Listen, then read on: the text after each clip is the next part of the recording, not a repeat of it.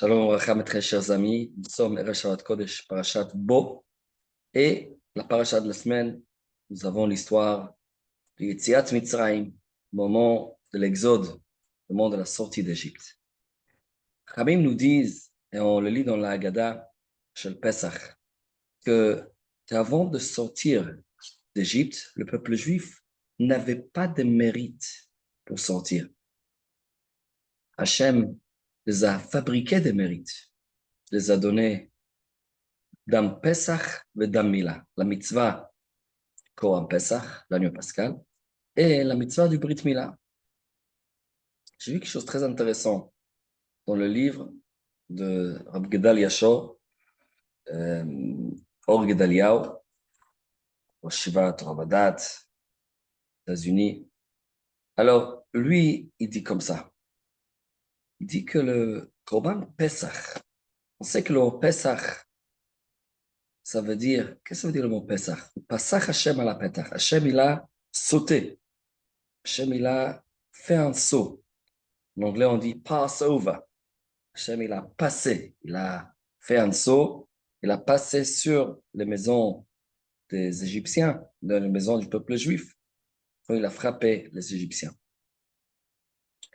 Mais il nous dit, le Or Gedaliahu, il y a aussi un autre message quand on dit que Pesach, que Hashem a sauté. C'est pas seulement qu'Hachem a sauté sur les maisons juives en Égypte, mais le Korban Pesach, par sa définition, c'est un diloug, c'est un saut. C'est-à-dire le fait que le peuple juif, qui était dans le 49e degré de Touma, d'impureté, ont pu sortir d'Égypte dans une nuit. Ça veut dire qu'ils n'avaient pas de mérite pour sortir. Et le simple fait qu'ils ont fait ce Korban Pesach, ça les a permis de sortir d'Égypte, c'est-à-dire, ça c'est un saut incroyable. Ils ont sauté les 49 niveaux d'impureté, ils sont entrés directement dans la Kedusha, dans la sainteté. Ça c'est une proximité d'Akadosh Baruch Hu qui était extraordinaire, qui était vraiment spéciale.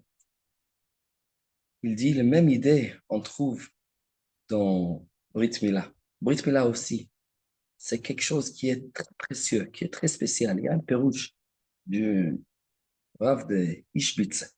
Ishbitz, il dit, le Meishiloach, il dit que Davar Tziva le Elef d'or, rapporte ce que Khamim disent, Hachem a ordonné, donné cette prescription à la 1000e génération. On dit, au nom de Khamim, Zumila, ça c'est la mitzvah du Brit Mila. C'est-à-dire, il dit qu'en réalité, Brit Mila, c'est quelque chose qu'il faut 1000 générations de préparation pour mériter réellement ce Brit Mila. Seulement, il dit, c'est connu. Chaque bébé, à l'âge de 8 jours, déjà, il reçoit le Brit Mila.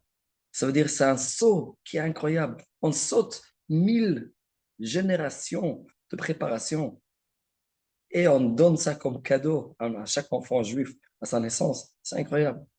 C'est comme ça qu'il explique. David Amelech a dit, ça, je suis heureux, je suis content avec ta mitzvah de Brit Mila, comme j'ai trouvé un grand trésor. Parce que c'est pas normal qu'on reçoit un tellement grand trésor, mitzvah de Brit Mila. C'est aussi un saut.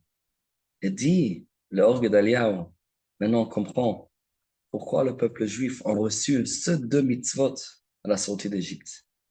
Le peuple juif, comme ils étaient dans un endroit tellement bas, tellement difficile, tellement impur, et il fallait qu'ils sortent. Hachem les a donné les deux mitzvot qui représentent un saut incroyable. Quelque chose qui les a éloignés de cette impureté. Korban Pesach et la mitzvah de Brit Mila. Ces deux mitzvot sont diloug. C'est quelque chose qu'Hachem saute et il nous fait sauter. Alors, on sait que chaque fois qu'il y a un thème qui se trouve dans la paracha, c'est un message pour nous. Alors, il faut savoir que c'est vrai qu'il y a des mitzvot, il y a des choses qu'on fait petit à petit, degré par degré, échelle, chaque niveau, chaque rang par rang dans l'échelle. Mais il y a certaines fois qu'on reçoit un boost, un turbo, quelque chose d'incroyable. Et ça, des mitzvot qui nous donnent cette force, alors qu'Hachem nous donne le mérite de pouvoir sauter dans notre travail d'Hachem et arriver dans des niveaux très, très élevés, très, très rapidement. Shabbat Shalom.